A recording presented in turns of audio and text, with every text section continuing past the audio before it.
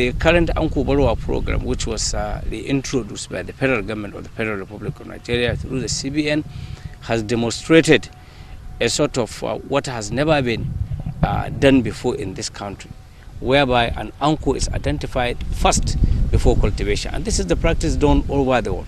If you look at agricultural production in Botswana, agricultural production in Israel, and in Spain and many other parts of the world, they first of all have a market before cultivating a particular crop.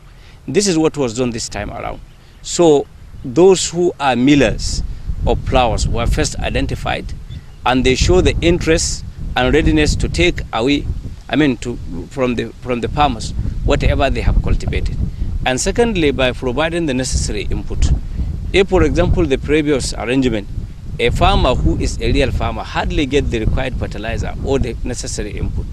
But the Anko Borrower program has given him the opportunity to get all the, or most of the inputs he required directly to him. And at a price which is below than the market price. It's a good program in principle. You see, like all other programs in Nigeria, they are good on paper, but it's always the implementation that is the problem. By the time you actually inject capital into crop production or into agriculture, you try to break what you call the vicious cycle of poverty. The vicious cycle of poverty is talking about low capital input, low production.